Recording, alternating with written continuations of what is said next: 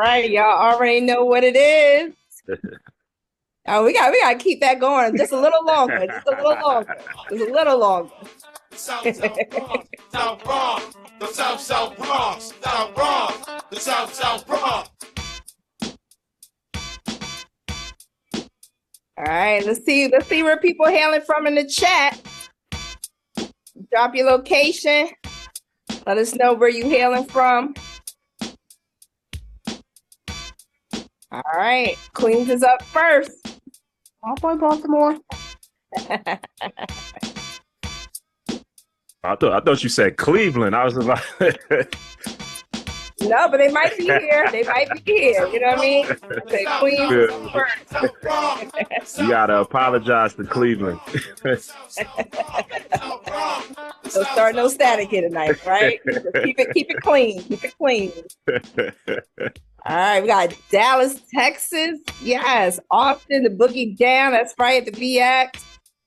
All right, I was about to say, where's Philly? All right, we got one. I'll be the second. Munich, Germany. All right. Those are my people that reached out to us. Thanks for joining. I don't know what time it is, but thanks for joining. All right, we see you, Andrew. All right. Man, I've been waiting for this. All right, we're going to go ahead and get started. Shout out to, Tulum, Mexico. Wait a minute. Hold up now. Can we trade places? That's all I want to know. All right. Good evening, good morning, depending on where you're coming from. Salutations in Greek. Argentina, shut up. Yes, we are global. Argentina is one of my favorite countries. I love it there. All right. What's up, everybody? My name is Jamila Sams. I'm the founder of We Do It for the Culture, which is the only culturally responsive, evidence-based social emotional learning curriculum for grades 6 through 12. We leverage the power of hip hop culture in everything that we do. And tonight's webinar is something that is going to stick with you for hopefully years to come. So when we talk about the culture, when we talk about hip hop, we aren't just talking about music. We're talking about the ultimate blueprint. The culture is literally woven into our DNA. We are the plug. We are the ones who take the most ordinary, everyday situations and turn them into something extraordinary. Think about it. We're like the Lowry seasoning for all the bland elements of life. We bring the flavor, the vision, and the execution to everything we touch. But we have to be smart about how we move forward. We have to leverage real wisdom, knowledge, understanding, and focus. Our job right now is to educate ourselves and the young people that we serve to not just be consumers of the culture. We need them to be the producers, the owners, the executives of their own future. And that starts with knowledge of self and education. That is the power of hip hop pedagogy in our schools. Hip hop pedagogy is not a gimmick. It's not a game. When you bring hip hop into spaces of learning, you aren't just teaching content, you are creating incubators and accelerators of ideas, spaces where young people feel seen, heard, valued, and empowered to lead with purpose and agency. The work that we're doing right now in education, this is a catalyst for years to come. This is how we build legacy so deeply that it does not adapt to the system. It forces us into action and completely dismantles the system that we've known for years that is not serving us in the first place to build something better. And that's exactly why tonight's conversation is so critical. We Do It for the Culture, in collaboration with HipHopEd and the Bronx School of Hip Hop, presents Legacy Work in Action. This lines up directly with the HipHopEd Conference 2026 theme, Legacy Work, Hip Hop Education in Response to a Nation in Crisis. And we can go a global space in crisis. As educators and leaders, the bar has been raised, and we are called to build empires of community, identity, voice, and belonging. We do this for the culture. Tonight's guests are some of the dopest, prolific voices moving the culture forward. My guy, Dr. Chris Emdin, is the Maxine Green Chair for Distinguished Contributions in Education and Professor of Science Education at Teachers College, Columbia University. He also serves as the Director of Creativity, Innovation, and Entrepreneurship at the STEAM Dream and Idea Lab. He is a nationally recognized scholar, educator, and creator of the HipHopEd social media movement, Science Genius Battles, and the Create Accelerator. Dr. Emdin work bridges culture, education, science, and youth empowerment. He has been recognized by Time Magazine as one of the 27 people bridging divides in the United States and named the Roots 100 list of most influential African Americans. He's also the author of several award-winning books, including Urban Science Education for the Hip Hop Generation, for white folks who teach in the hood, and the rest of y'all too. STEM, Make Dream, and my favorite, Ratchetdemic, Reimagining Academic Success. And Dr. Jaquetta Lynn Johnson, Dr. J, is a human-centered educator, nationally recognized speaker, and equity-focused scholar practitioner who leads transformative equity-centered work across pre-K-12 and higher educational spaces, known as the Equity MC, or Motivating Catalyst. Dr. Johnson guides individuals and communities through equity journeys rooted in reflection, critical consciousness, and knowledge of self, often recognized as the fifth element of hip hop. Grounded in hip hop principles of peace, love, unity, and having fun, she helps educators and organizations shift beliefs, behaviors, and practices in ways that challenge the status quo and expand equitable access for all learners. Principal Jason Reyes. All right, BX. Jason Reyes is a proud Bronx native educator and the founding principal of the Bronx School of Hip Hop, New York City's first, let me say that again, New York City's first public high school centered on hip hop pedagogy and culture. Raised in the Soundview section of the Bronx, Principal Reyes brings his lived experience, love for hip hop culture, and deep commitment to his borough into his work as an educational leader. A former principal of MS 129, he is known for reimagining education through culturally responsive project-based learning that blends academic rigor with creativity, identity, and entrepreneurship. His work focuses on preparing students to become hip-hop scholar entrepreneurs, young people equipped to lead in college, careers, and the creative economy while using culture as a tool for empowerment and transformation. Woo, y'all are in for an amazing night. Each of our panelists tonight represents a different but deeply connected part of this work. We have scholarship, leadership, practice, culture, school design, equity, mental health, and lived experience all in the same cipher. So tonight, we're not just having a panel, we're building meaning together. So as we move on, as the great Rob Bass said, it takes two to make a thing go right. I'm going to bring up the easy rock to my Rob Bass, Kareem McQuilkin, our MC, our master of curriculum, to get us started. What's up, Kareem? Jamila, what's going on, sis? I'm excited for this conversation. And, before we get started, we're going to take it to the Bronx. But real quick, where Brooklyn at in the chat? Where Brooklyn at? Sister BK's in there. But yeah, and also shout out to the Knicks. I see Dr. M that got his hat on. Principal Reyes got the Knicks colors. You know what I'm saying? I see the symbolism in the logo. I love it. And, we're going to shout out the Knicks. All our Knicks fans, let's drop a fire emoji in the chat if you want to see the Knicks bring home the championship in 2026. Let's get the chat activated. Elijah, what's going on, my brother? We got people all the way from Mozambique here showing love tonight. So I'm Sixers. All right. We're going to get started. Hey, watch your mouth now. Watch your mouth.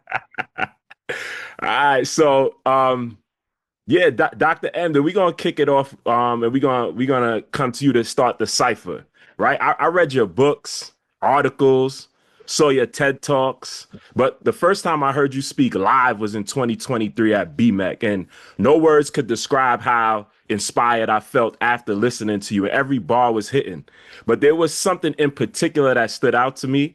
I was in a place in my career where I was beginning to develop a much deeper relationship with God. And you broke something down in a way that it was exactly what I needed to hear during year 14 of my career. Because I look at the statistics related to student success and engagement for Black and brown students. And I'm wondering, man, I'm working so hard and it seems like the same issues persist. And in your keynote, you highlighted the role that your belief system and relationship with God plays in the way you interact with your professional work and how they are essentially one and the same.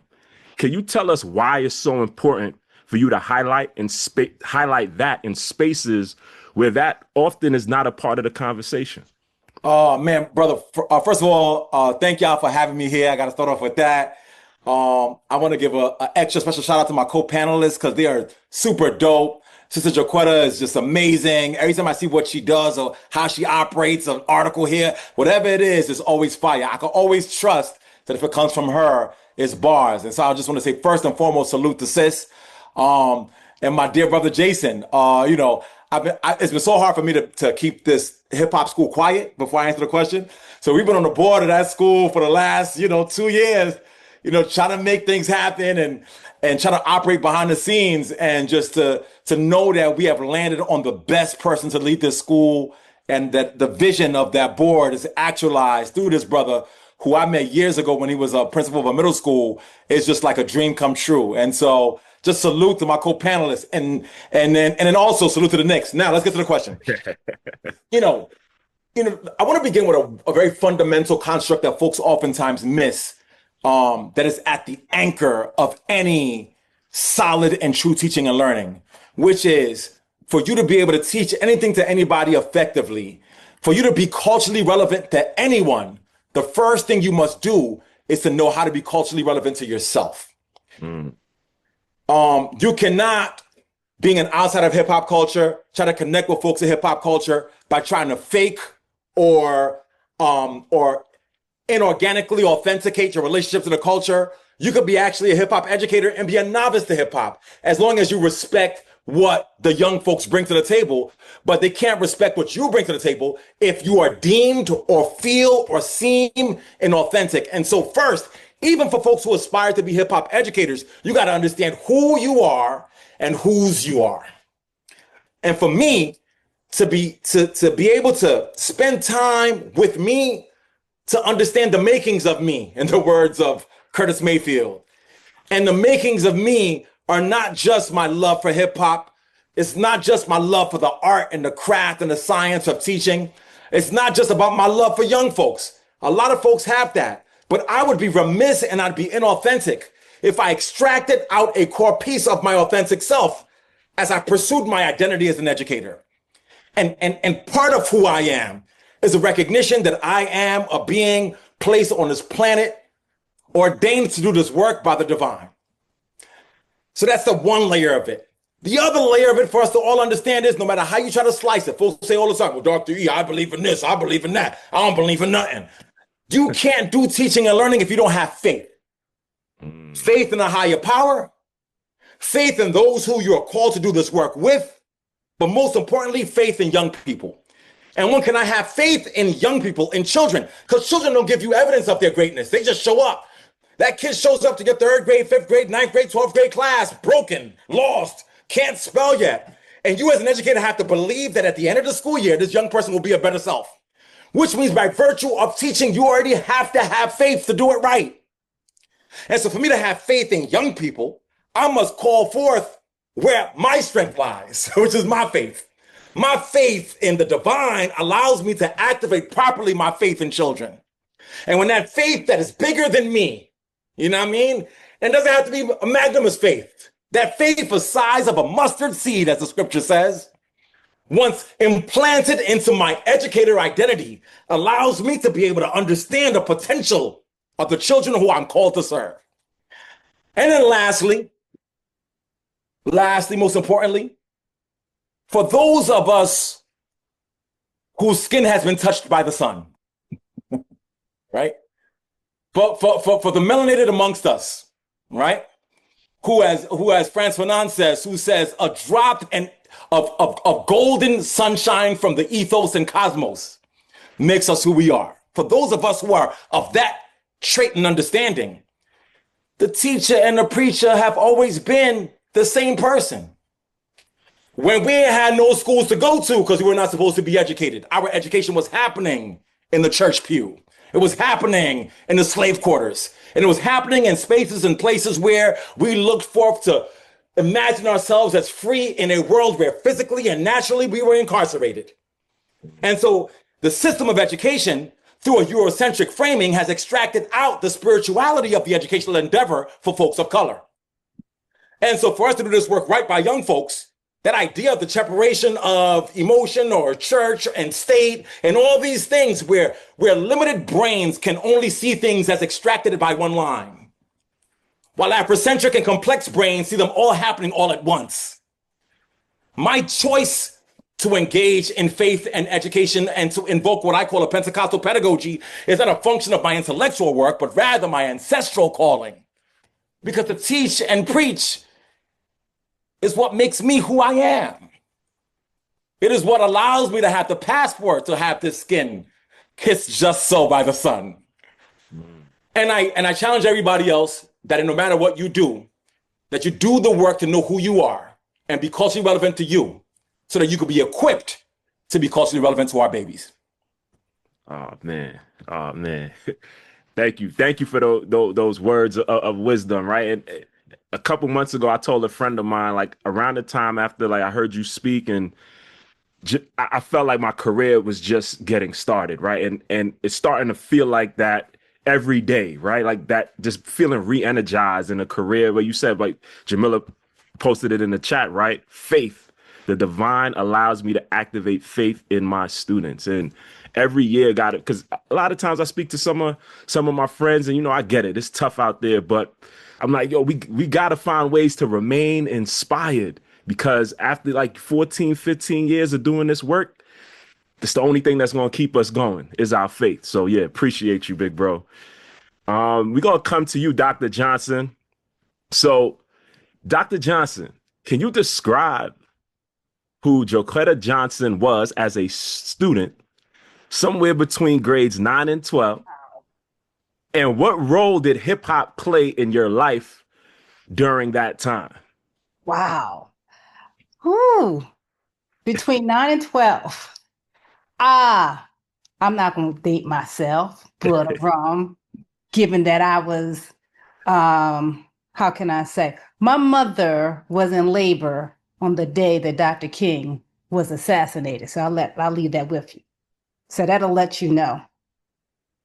So for me, hip hop played a pivotal role, because I remember in my senior year when we had a talent show, I wanted to do hip hop and we were rapping, and it was just beginning the birth of like, oh, we now we're doing hip hop. And I remember I was doing a rap and I had my little DJ, and I remember I wrote it out because everybody had to see what you were saying. And I remember the English teacher was going through taking it. No, you can't say that. And he was putting all of the G's on the things that I took off, and it was scripting it because they were trying to make it sound, correct. So even then so I graduated in the class of 86, and I had my 40th high school class reunion. So I'm gonna leave it at that.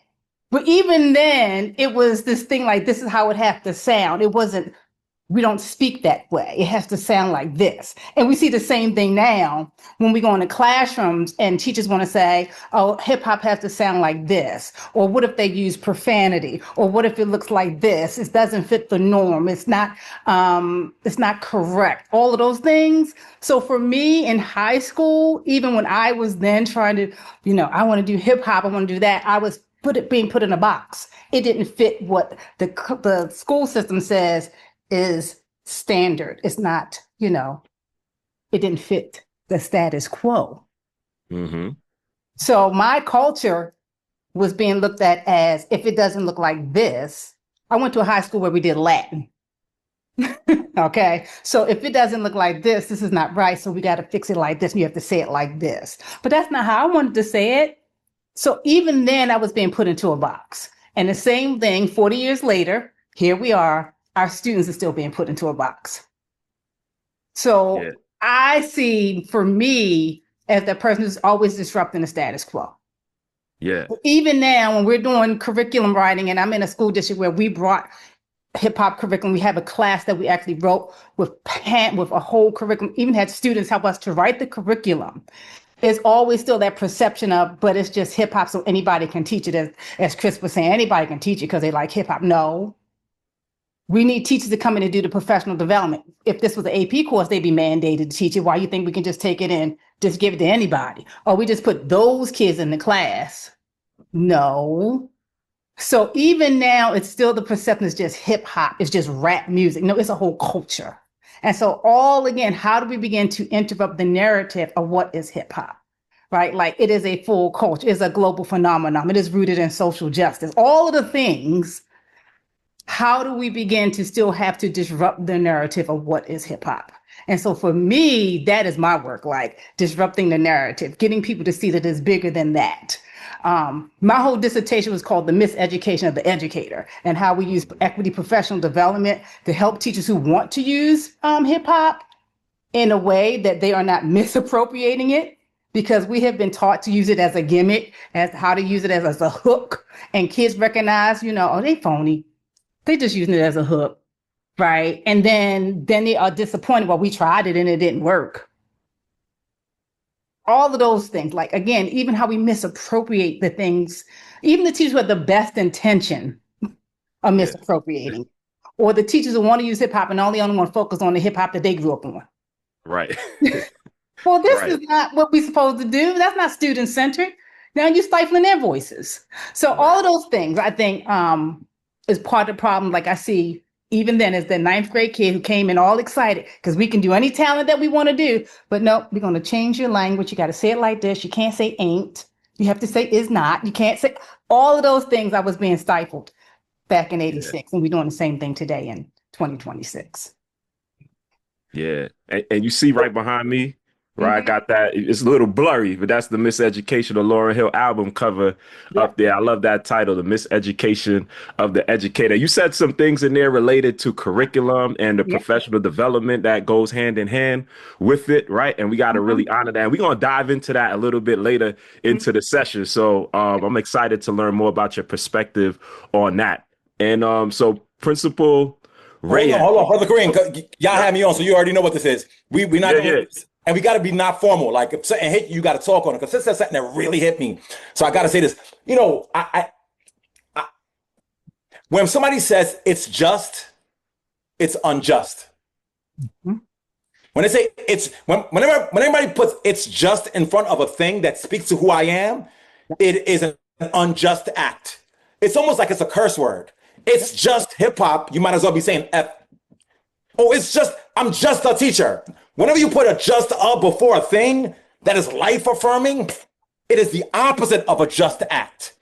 And so when Sis talked about the fact that people, it's just, people who are less than you will find ways to minimize all of you for the sake of allowing their mediocrity to be framed as though it's superior. And the chief weapon through which they enact that injustice is by attaching it's just to your identity.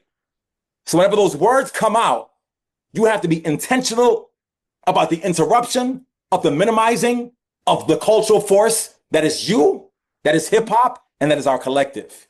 There's no more space for it's just. You might as well be cursing me out. I would never allow it. Yeah. Absolutely. Yeah. Facts. And that's why we fight so hard to no, it's not this. No, we pick which teachers. We not if it's AP and the teachers have to go to this mandatory training. If you are teaching this hip hop course, you're going to go through this training. No, you don't get to opt out to this. No, you don't get to just put any student. No, you don't. No, because that's not what this is. You're going to respect this course the same way you respect anything else. So it is definitely the pushback, and that's part of the work, changing the narrative, fighting, and all of the things that come along with it. So no. Yes. Absolutely. And like Chris said, right, feel free to jump in. If y'all want to add anything after you hear anybody say anything, feel free to jump in. We're gonna come to you, Principal Reyes, right? Can you describe who Jason Reyes was as a student, somewhere between grades 9 and 12? What role did hip hop play in your life during that time, and how is that influencing the work that you're doing now at the Bronx School of Hip Hop? So Rain, we gotta take it back even further than that. We gotta take it back even further than that, right? So, first of all, I want to say what's up to everybody that's on the call. Love to see all the people that's represented here on this call. We coming with big Bronx energy. Obviously, this is what we do. So, I grew up in the Soundview section of the Bronx, near Rosedale Park. And for people that understand the history of hip hop, there was the DJ called Disco King Mario, very prominent DJ around the time of African Bambaataa and Kool Herc. These are the founders and pioneers. So, in the back of my building, when I would go outside in the summertime, I would experience turntables plugged into the street light, or they would run a long extension cord into the second floor window, and I'm just out there just not even realizing what I'm soaking up, right? So what I'm soaking up is, like, for the first time I hear the message, right? Like I hear this song and I'm like, this is describing the conditions where, like, I'm growing up at. And for the first time I realized that there is a voice, right, that is making the unseen seen, right? Like, now, like, I feel visible, like these are my superheroes. These are people that are now speaking up, and, like, that power of voice, right? That power of also showing up authentically yourself. And, like, for a long time, there was, and we can all relate to this, is like, you gotta keep it real, right? That was like the phrase, like, you gotta keep it real with me, son, right? So what is predicated, like, I've always felt is just, like, authenticity is such a big part of our culture, right? Like, really showing up, but like to be authentic, like Dr. Emden said earlier, like, you really have to know who you are. And what I've realized is, throughout my experience, right? Because we're not even gonna talk about learning. Throughout my experience of school, it never was tapping into, like, who is Jason, right? Jason showed up when Q-Tip said to play the resurrector and give the dead some life, right? So when I hear something like that, that's tapping into, like, who I want to aspire to be, what I want to dig more into, instead of probably reading The Outsiders in the 7th grade, right? Like, so, my experience in school from 9th to 12th grade was the learning experiences, was the camaraderie and the friendships and the relationships that I built with, I went to Manhattan Center for Science and Math. So I was in school with Cam and Mason. We all, like that was the environment of high school that I was in, right? The classes were, and this is what we want to kind of, like, stay away from. The classes were just compliance, right? So the classes were, I show up to class, I know what I need to do to get an 85.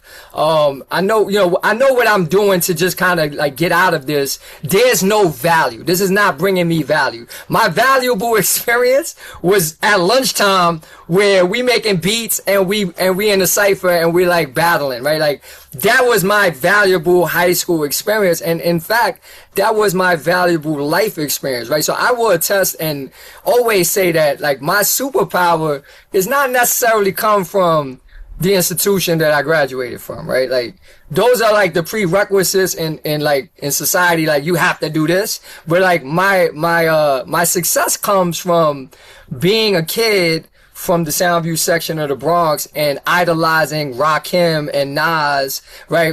Growing up. And that was what geared me to say, hold on, I want to be an MC. I got to study this language. And also have to have much more to talk about, instead of like having, like, nothing to talk about. Also, like, understanding where did I fit in that, right? Like, so, like, in order for me to know that, I have to know myself.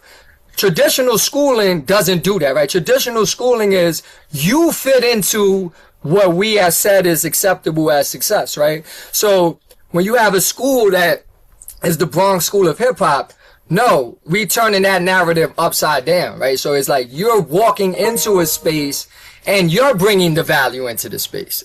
Not like you got into this prestigious school and now like you're prestigious because you got into this school. No, you actually bring who you are, especially our Bronx babies that are coming in. Like who you are is going to make this the special place that we intended to be. Nice. And I'm gonna ask you to build on that, Principal Reyes, right? So in the Bronx, right, as you're attempting to build this school, right? When you think about the students that are going to be attracted to the Bronx School of Hip Hop, are you thinking everybody's going to be a rapper, an artist? Like what? Tell us a little bit more about what. That's a great question. Not at all. Not at all. And Dr. Emden, you could jump in at any point because Dr. Emden's on our board, right? Like you don't have to be a rapper, right? Like so. This is the beauty, and the people on this call, and hopefully the people that are listening right now understand this. Hip hop, like these are like skills that can get you through all types of industries and environments and education, right? Like hip hop, the culture, right? The industry, the business of it. All of these are skills that, like, when I show up in a meeting authentically as Jason Reyes, my power, even if I wasn't opening the school, I could be interviewing for a job at Morgan Stanley or whatever. Because of what I've learned from the culture, I know how to show up, right? So, yes, there will be a students that like that's their path. They want to kind of get into that, but this is not just first of all, it's not a performing arts school, right? It is a high learning institution where we are taking the same way that European culture was highlighted in America and said this is like what you learn from. We're saying no, like our culture is just as or more, right? To show like what we can do through what we've been doing, right? This is not new, right? Yeah. Thank you for clarifying that. Just to add real quick to that, hip hop is a culture. Yes. It's all its multiple forms of culture. So MC and B-boy and DJ and graffiti, all that. And the Bronx High School of Hip Hop is going to cover all that. But hip hop is also a sensibility, right? It is an orientation, right? It's an ontological and philosophical way of existing in the world that is enhanced through a school like the Bronx School of Hip Hop that fosters those skill sets and those sensibilities over time and actually situates them within a learning progression, which is to say you coming at ninth or middle school with a certain understanding of, or even a perception that hip hop is just this. And the students are going to be learning about themselves and in so doing, learning about hip hop and its complexity. And the example I like to give folks is the current mayor of New York City. And, one of the chief things that folks admire about Mayor Mamdani is his unapologetic allegiance to his democratic socialist identity, even when both the Republican and the Democratic Party were both anti a socialist framework. But he was like, this is who I am. This is what I'm going to run on. It's what I'm going to do. That is a hip hop sensibility. When he gets up there on stage and he's able to reference text and information, and matter of fact, why y'all think he's such a phenomenal public speaker? Because his entire life he had aspirations to be an MC. Yeah. I could go down a rabbit hole and see him trying to perform on stage in his rap group. And each time that he was working on developing his capacity to move the crowd, which is what an MC is, move the crowd both physically and move the crowd emotionally, what he was doing is practicing the hip hop sensibility around performance and authenticity concurrently. So that when he was able to translate that hip hop identity to politics, it made him a much better politician. Y'all with me? Yeah. So what the Bronx High School of Hip Hop does, and what we will be doing, the practice we're engaging in, is allowing young folks to have endless boundaries on the possibilities of the career paths they want to engage in. You want to be a politician? Bet. You want to be a CEO? Bet. You want to be an MC? Bet. Because being an MC is not less than any of those things. It is just an additional option of possibilities. As long as you are excellent in your chosen endeavor, you are hip hop. To be excellent in said endeavor, it requires a hip hop sensibility to be able to be dope with the credential they got. And this is important. You got to get the credential they got, which is light work, Then you throw the hip hop sauce on it and you unstoppable. Yeah. Jason is the dope principal for the Bronx School of Hip Hop because we could have selected any principal. But he's a principal that is deeply embedded in a hip hop sensibility, which is why he could spit like he spit and can lead how he lead. So that Jaquetta you hear her speak, you know she's genius at whatever she does. It's not like I'm doing the hip hop work because there are no other options.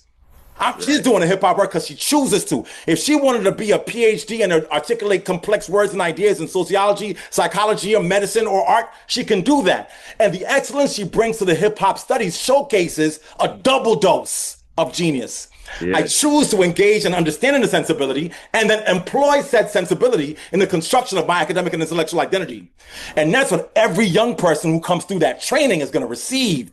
Because we are at a point now where we are no longer going to allow our work to be just hip hop. We're saying we're centering the hip hop sensibility in the construction of youth identity and in educator development, right? It's hip hop to the world. This is our season. It's our, after 50 years, the only element not explored thoroughly is education. Yet it's the oldest element. Herkenham created that first party to do what? To get clothes. Clothes to do what? Clothes to go be fresh for school. Meaning that school as the orientation, as a centering place and the gathering ground has been a part of hip hop from the beginning. 50 years later, we got a Bronx School of Hip Hop to bring that original element, which is education, to visibility. Yo, all right. I got three little kids, y'all. Yeah, I might move back. Y'all got a spot. Y'all got a spot for my kids.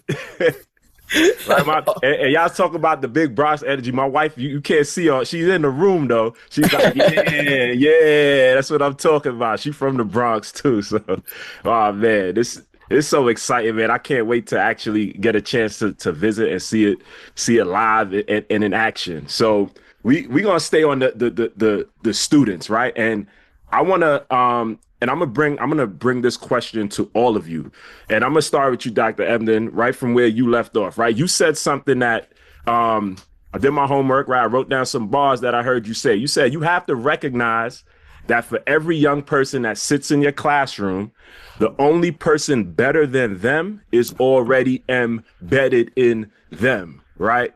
So why is that true? And can you share a story about a teacher that inspired you and a student you taught that keeps you inspired at this point in your career? I talked a lot for the last question, so I'm gonna keep it short and sweet. I want to say my favorite teacher of all time was my 7th grade teacher, Miss Fleming. And if one were to describe Miss Fleming, you'd be like, how?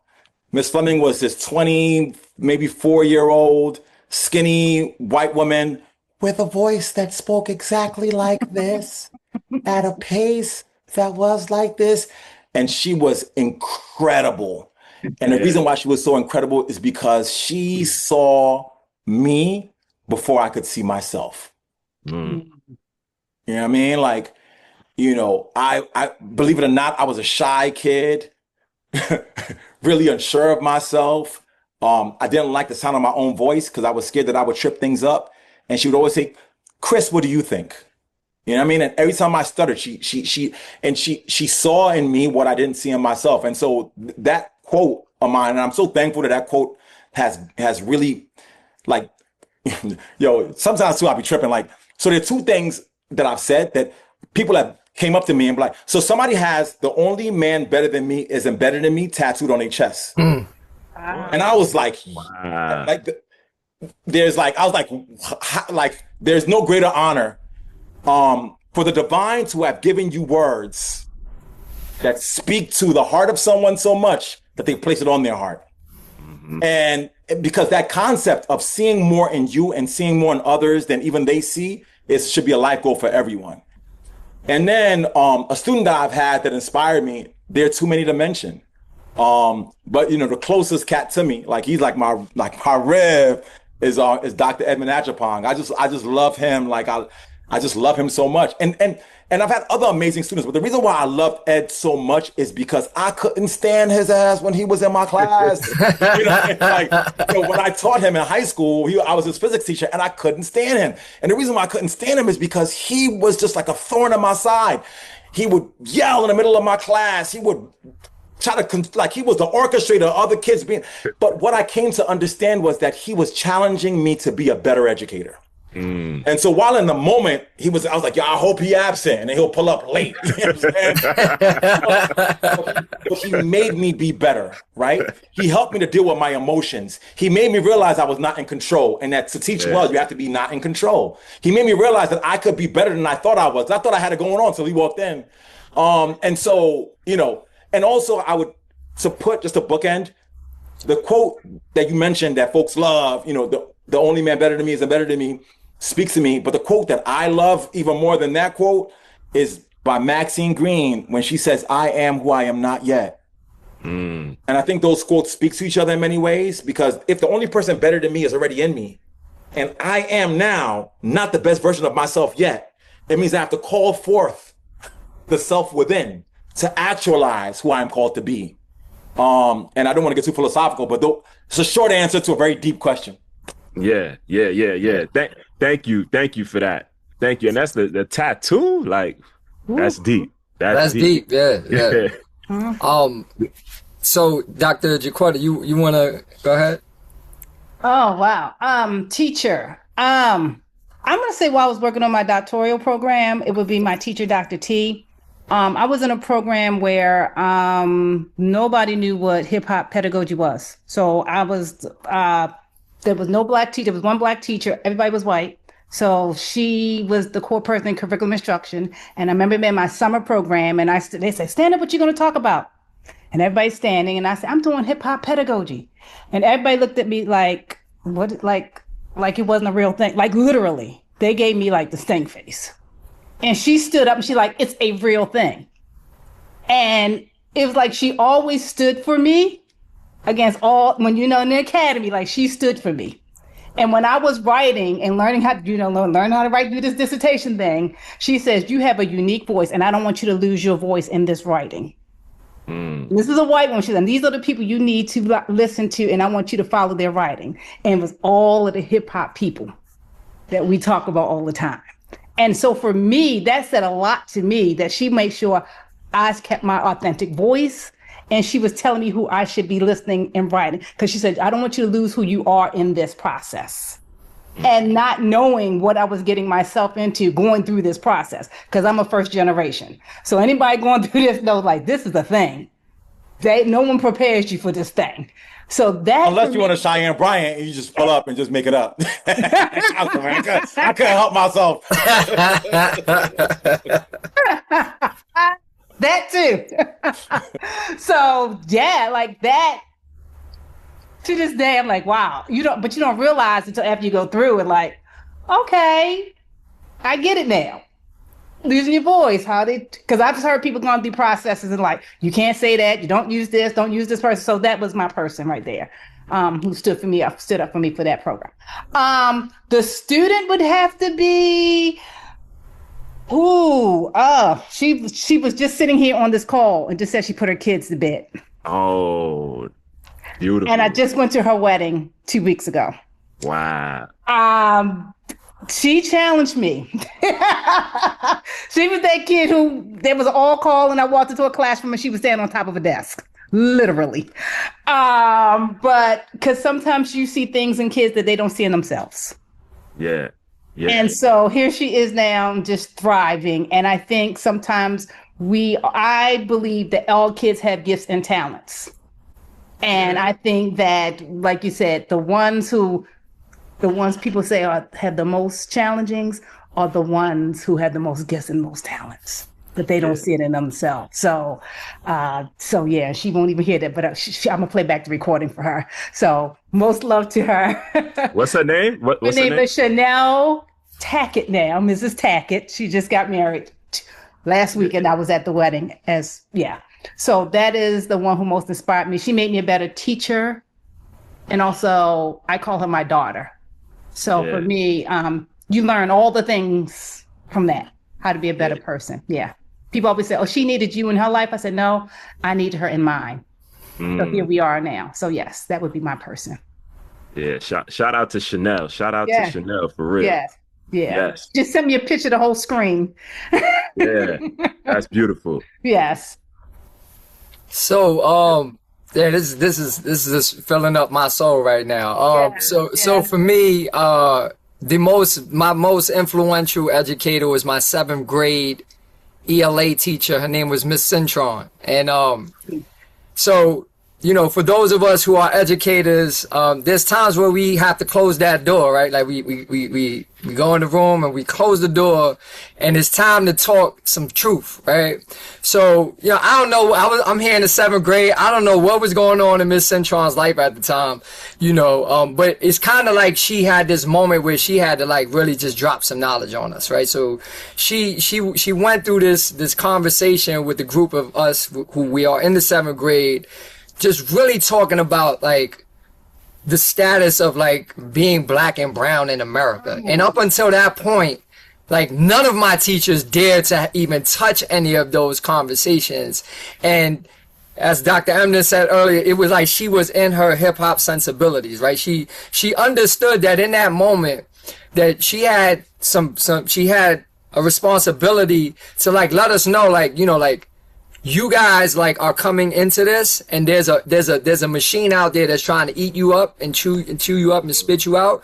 And like what they're trying to get me to teach you is not preparing you to go out into the world and be the greatness that I think you are, right? And I'll never forget that conversation because she captivated all 33 of us that was sitting in the classroom.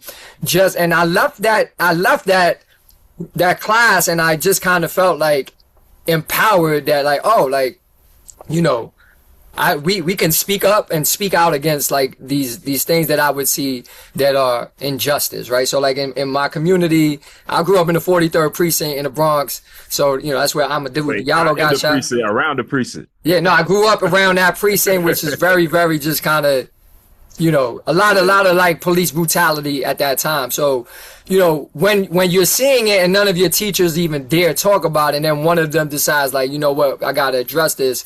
I just saw that as such a powerful thing. My one student that I would say that always stand out to me, his name was John Galarza. This was a 7th grader. I was a substitute teacher walking in my first class ever. I had no teaching experience.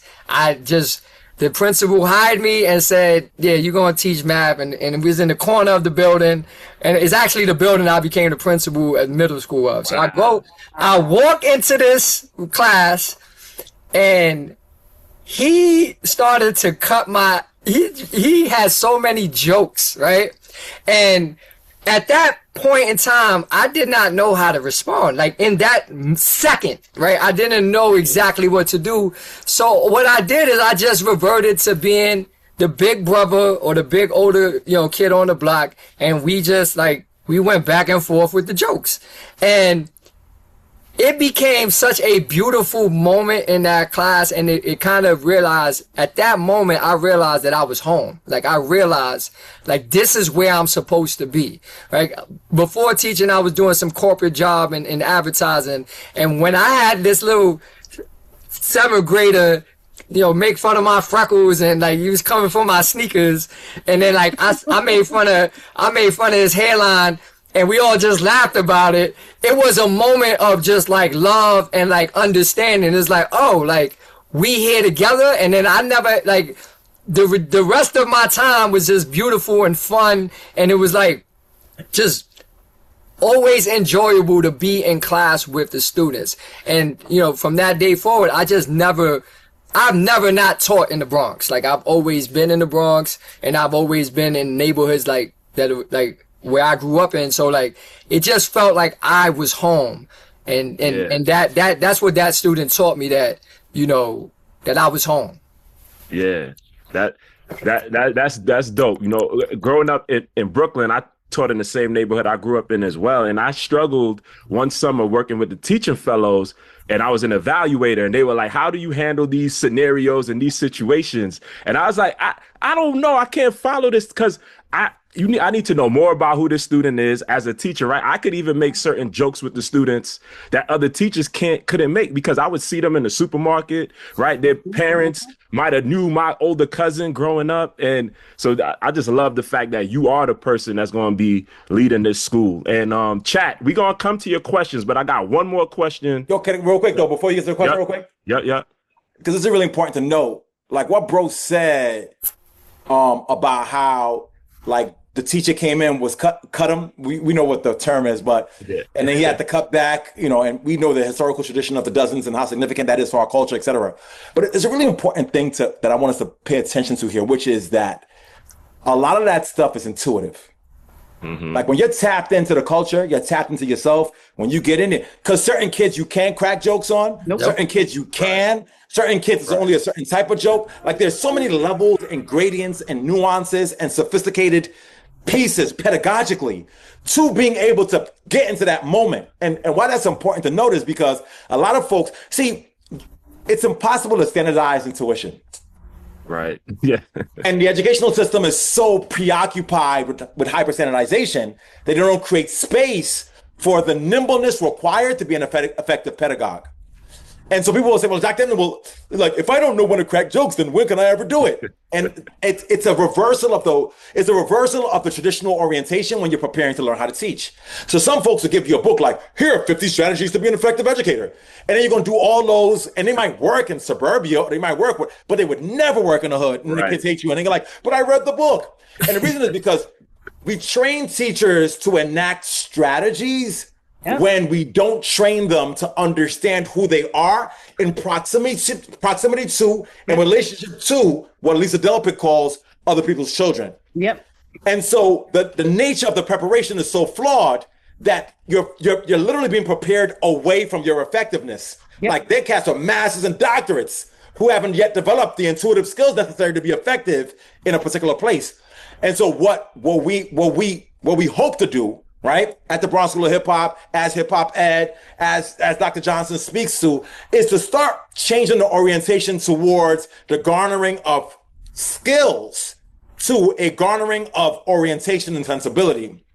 And that might have some skills around that. Like there's skills to develop so you can be embedded and nimble, but there are no skills about strategy that's going to help you to be effective as an educator.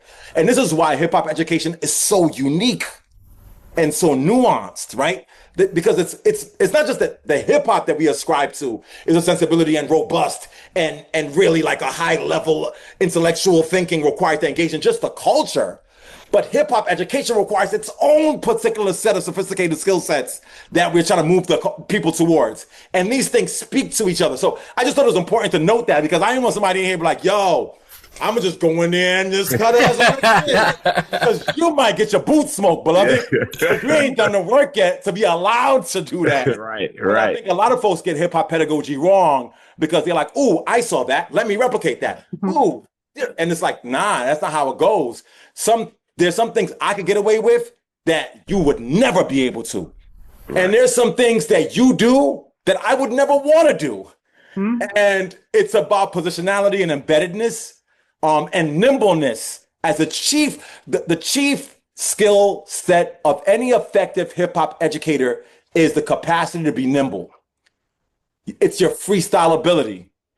You know, Matt put a little quote I said a while back in the talk. It's like, don't be mad at me because you can't freestyle, beloved, but I can teach you how to play with these words so you can freestyle better. And that's the difference with hip hop pedagogy. And I think that goes back to that core principle of knowledge of self. And people, and so many of our teachers too, they don't take the time to know themselves and to get to know their students. And so when you don't do that, you don't have real relationships. And what we're finding is a lot of times they'll do things like have mentor programs, and they're trying to build these mentor programs to get to know the students. And I say you're outsourcing your relationships. And when you outsource relationships, some of the reasons why you're having the issues that you're having, and you can't outsource relationships. Yeah. That's a heavy bar. Dr. Jawaza Kunjufu, rest in peace, called those the custodian teachers. Yeah. Come out, Send them somewhere else to get dealt with instead of you actually embracing them and getting to know them on a personal and deeper level. So thank you for lifting that up. Yeah. I know you got one more question before the chat, but if I can get a couple chat questions in real quick, Kareem. Yes, for sure. Let's do it. I gotta start with the man that taught me so much, Brother Ron. Brother Ron is in the virtual building. And that's the OG right there. Yes, that is Sis, the OG. could you just tell the folks who are in the chat who may not be privy? Oh, man. So OG Ron, just who he is and why he should be so revered?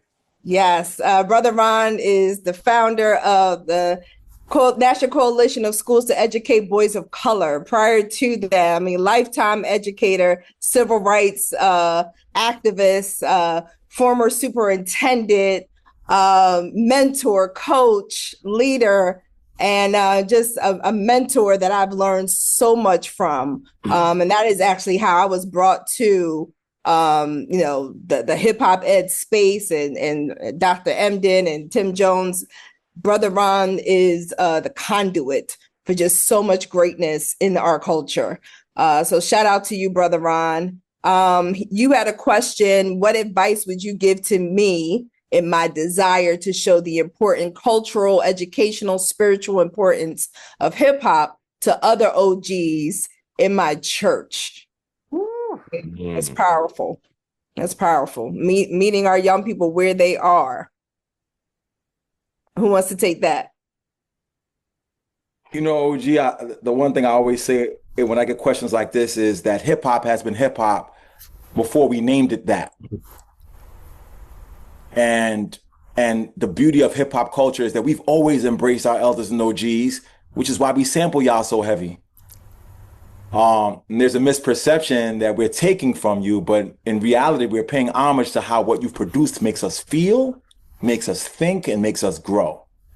So I always tell the OGs like, yo, just peep the way that we love y'all through what we do with what you offered us, right? So I begin there. And then a lot of folks in the church don't understand too. You go and poll hip hop artists randomly, mad at them started in the black church. You know what I mean? And so, I always say that there's hip hop in the black church, which is why I use that term and that phrase in my work of Pentecostal pedagogy, because the Pentecostal black church was the first exemplar of how you communicate with an audience to get them to feel emotion and move. It was the first exemplar of the way that music is just as important as the voice, as you get folks to sit down and reflect. It was the first exemplar of how you read text and make meaning of text. And that was hip hop and is hip hop. And so, I think sometimes they have this idea of like hip hop is youth culture. How do I get the OGs to get hip youth culture? It's by allowing the OGs to know that you are the culture. Don't let a corporation tell you that you played out and you're antiquated. We love our elders. Commercialized hip hop says that hip hop is youth culture. Hip hop is the culture of those historically marginalized who use their voice and agency and power to reimagine something beautiful. Hip hop stands for HIPHOP, using your heart, inspiration, and power to heal oppressive pedagogy. That's what hip hop has always been.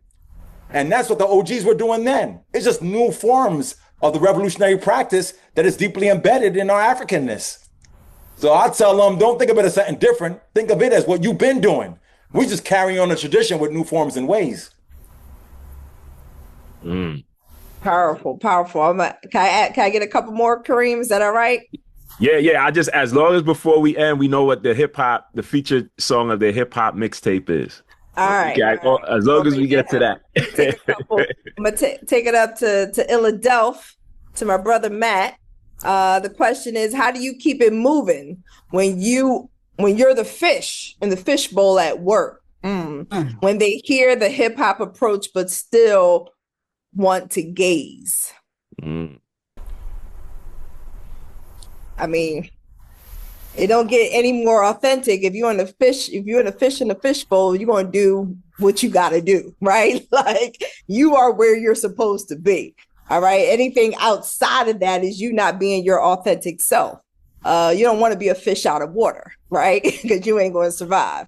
And so I think it's really important to find, as Dr. Bettina Love talks about, those co-conspirators within Philadelphia educational school system. And I feel you, because I do work there too. So I got you.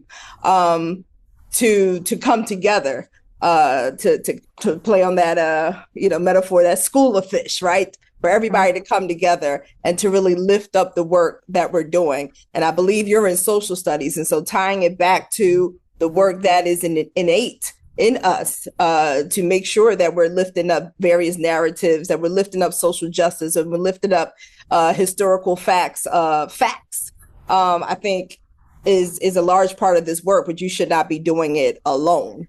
I feel as though, coming together with others that are like-minded to address these issues within not just Philadelphia, but other cities, I think is important. And so, I'm there in Philly with you, so I got your back, but I'll open it up for anybody else to low key. How do you keep, first of all, I also want to give a shout out to Christopher Jones, who had a really powerful framework. It was like, it's the same hermeneutic. He described hip hop as having the same hermeneutic tradition as the Pentecostal Black Church, which is like heavy bars. But beloved, the only way to keep it moving is to not stop moving. Yeah. You know what I mean? Yo, watchers are gonna watch. My OG Glory Latson Billings always says, like, in any system, there are people who, like, they're gonna be in it with you. They're gonna be the debaters, and then there are those who just volleying back and forth. And if you get caught up in any of those, you're lost. But how do you keep it moving? Don't stop moving. Yeah, because if you stop for a second and start watching back the person watching you, then you stop your motion. And once you stop your motion, you die. And then I always say, like, if you're a fish in a fishbowl at your work, recognize that you're in an aquarium. And so, yes, you're in this fishbowl of your work, but if you look beyond that bowl, you're in an aquarium with so many other folks doing stuff too that's getting the work done. Jason Reyes out in the Bronx, keeping it moving at the school. Sister Jaquetta out here doing her thing. Jamila's doing it for the culture. We are all doing the work. And so if you look beyond your bowl and see that you are a piece of the larger aquarium and tapestry of beauty and magic, and don't stop moving, because they're going to watch anyway. You know what I mean? Look, I always tell people, like, if you're looking, keep looking what you're looking at. And I hope you enjoy what you're looking at. Yeah. Not going to do it. Stop. We're not going to stop moving. And they watching for a reason.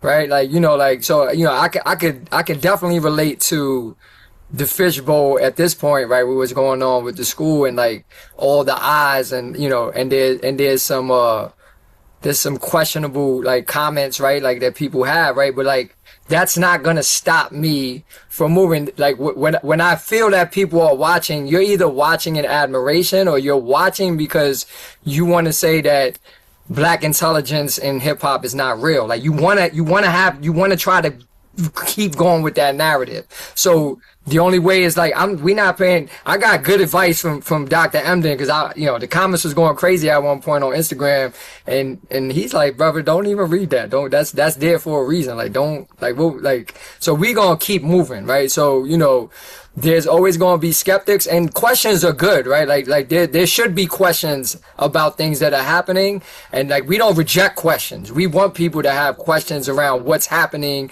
and can you explain this? Because I will be more than happy to do my best, and I will also want to dig deep with people who want to dig deep together. And then just two quick ones. One, Jason, if you could talk a little bit about what is the framework, what is the, people are saying curriculum, but I know that's very fluid when we're talking about hip hop pedagogy. What would a day in the life of a student at the Bronx School of Hip Hop look like? And I believe that is, Brother Andrew Wang asked a little bit about that. Like, what is it going to look like? So what we've done, or what we are going to do, right, with the cultures, but we are utilizing the 5 elements, right? So we're utilizing MCing, DJing, graffiti, breaking, and knowledge of self to really be the foundation and the vehicle and the lens for teaching and learning at the Bronx School of Hip Hop. So what does that mean, right? That can mean a multitude of things, but what does that mean? That means that when we talk about MCing and ELA, right, those two go hand in hand, right? So MCing is writing, it is persuasion, it is voice, it is public speaking, right? Like, there's so many elements of ELA that is already embedded in that. And what we're showing is that a lot of our students, and I'm gonna get into the other elements in a second, but a lot of our students are already doing these things, right? Or they're listening to these things. And what happens is, because it is looked at as product, because it is looked at as something to be consumed, it is not being necessarily looked at as like education, right? So that's emceeing. DJing, right, is analysis and iteration, right? So if we have DJs that are here, we have DJs who will have full and complete control of a crowd, understanding like when I play this, like those are all like decision-making factors. And that is, and when we talk about analysis and iteration, that mathematics falls right in line with that. When you are looking at calculus, algebra 1, no matter what mathematics, you are analyzing and you are also iterating, right? Like you're messing around and figuring out where am I going and what do I have to do to get there, right? Graffiti is graphic arts. It is public expression. It is design, right? So when we think about learning experience, students are not just like, I get a lot of the questions like, oh, are they going to go to rap class? No, they're not going to rap class, right? It is built into all learning experiences, aligned to all standards, right?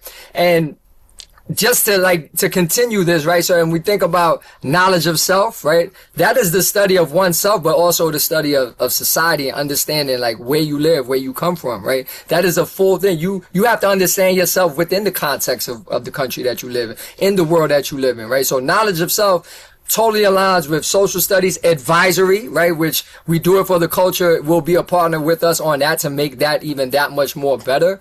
And then when we look at the overall experience, students are going to ELA class and are learning through the lens of emceeing, as well as digging deep into novels by like Native Son and understanding, where these rhetorical devices may lie in both of these avenues, right?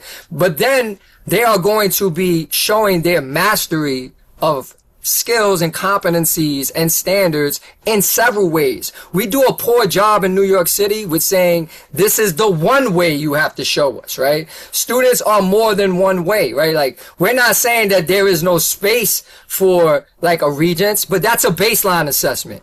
Right? If a student can create something that shows all these different ways of like their mastery of a certain standard, then that is mastery in and of itself. If I know how to put together, audio and visual components for someone who's making a song, and I can explain that and put that together, I am beyond mastery in those elements, right? So when students leave the Bronx School of Hip Hop, it is going to be a portfolio of work showcasing not just what they are capable of doing on a Regents or an SAT, but what they are capable of doing in the workforce, in careers, creatively, walking out and saying like, if I want to go into audio engineering, I have a bunch of background experiences. If I want to go into graphic design and fashion, I have a bunch of experiences. And what we want to do as a collective culture, right? All hip hop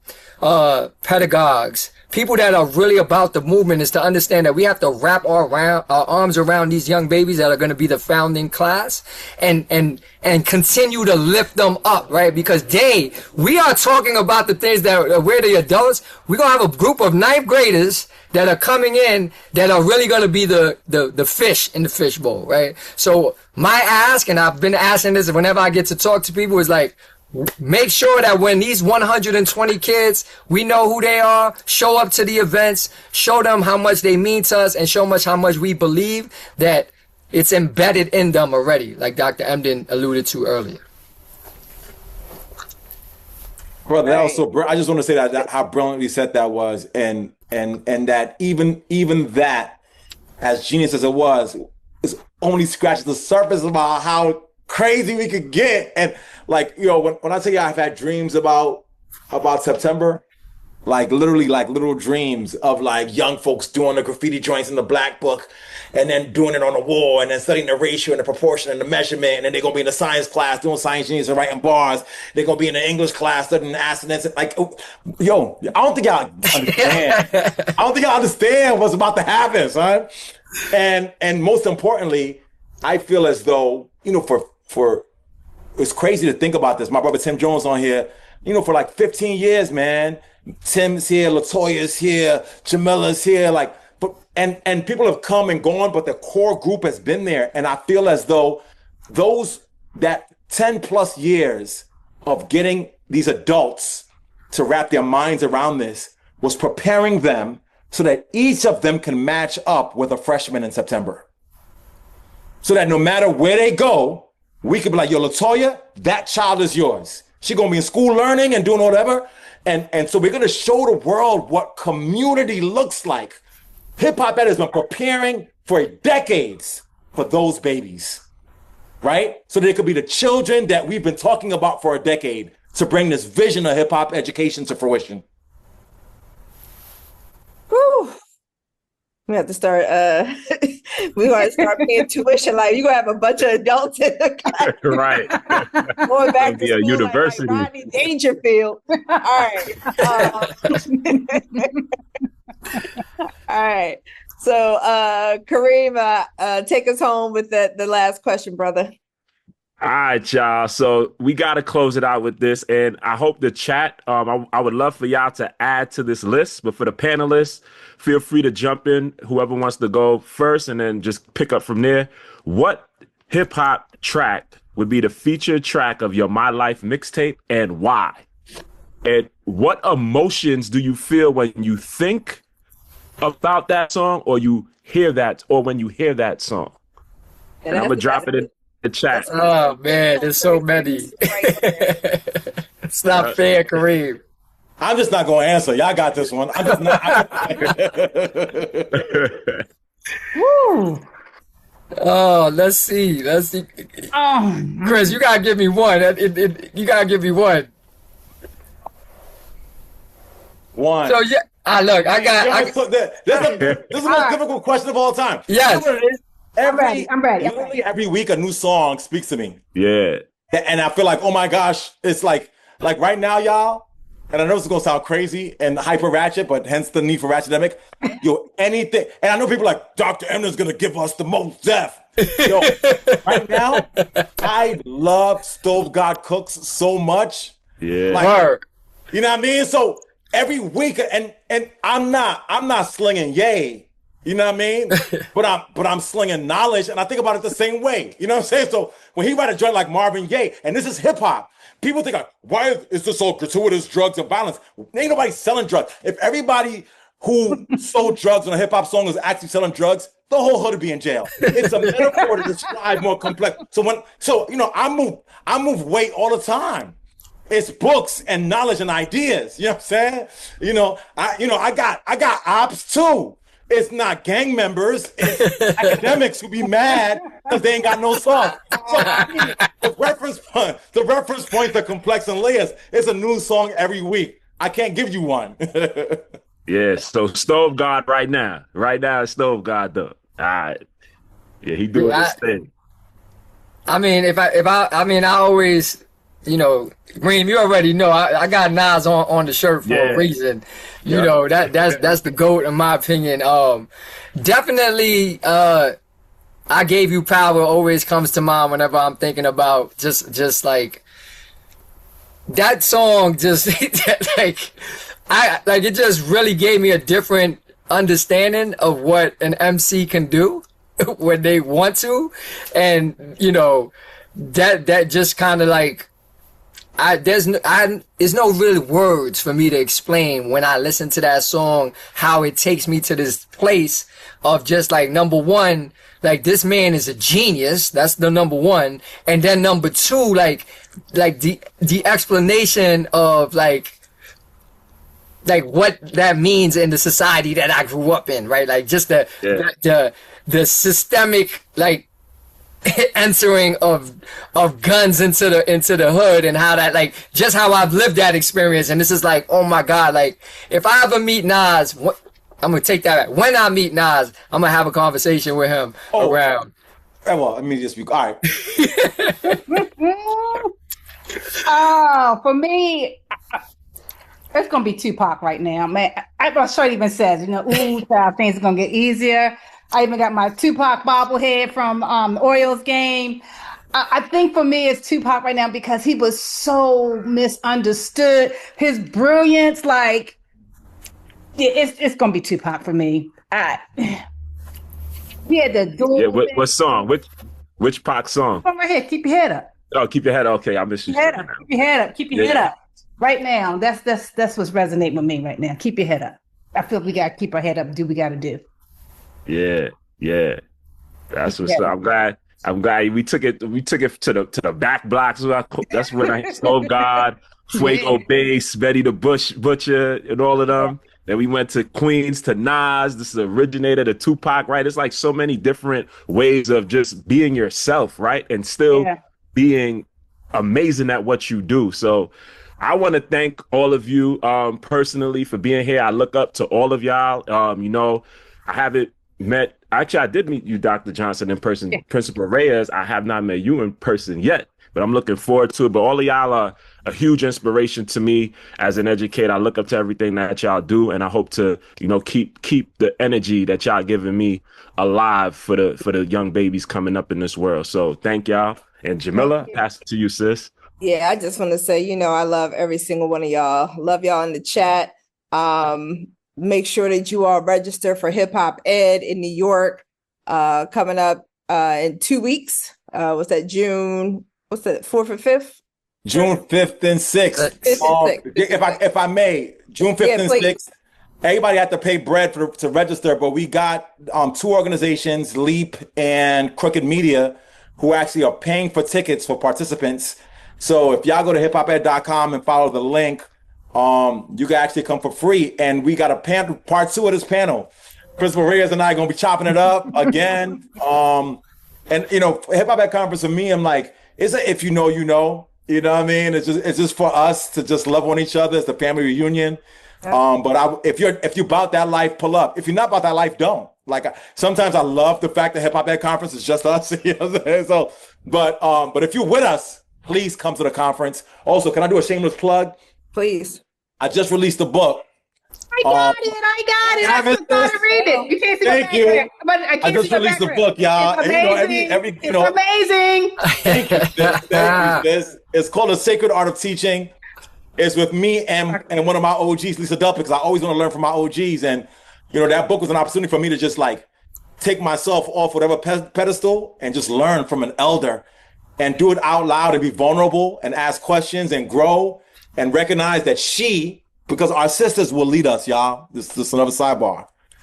Our sisters will lead us, yo. Like we are supposed to do what we do, but our sisters will lead us. And Lisa Duppet really led and guided. And so if y'all can, please pick up The Sacred Art of Teaching, authored by myself and Lisa Duppet. Go get that book. Go get that book. Right. That's right. Got my copy. And I just dropped it. We do it for the culture. For those that may be new to We Do It for the Culture. Again, we're evidence-based, culturally responsive, social emotional learning platform in schools across the United States. We just dropped the website. Check out all the different platforms that are being shouted out in the chat. Everybody on this chat is doing it for the culture, and I appreciate all that you do. So thank you so much to our panel. Jason, are you still enrolling or are you all capped? No, we still enrolling. We got some spaces that are still, so we definitely still enrolling. So anyone in New York City that's on this call, if you got any 8th graders, please make sure you can reach out to me at Bronx School of Hip Hop at schools.nyc.gov. And we can definitely get those young kings or queens into the school. Can you type that into the chat, Jason? Absolutely. I know some kids from Mount Vernon and Yonkers going to be trying to sneak in with a cousin address.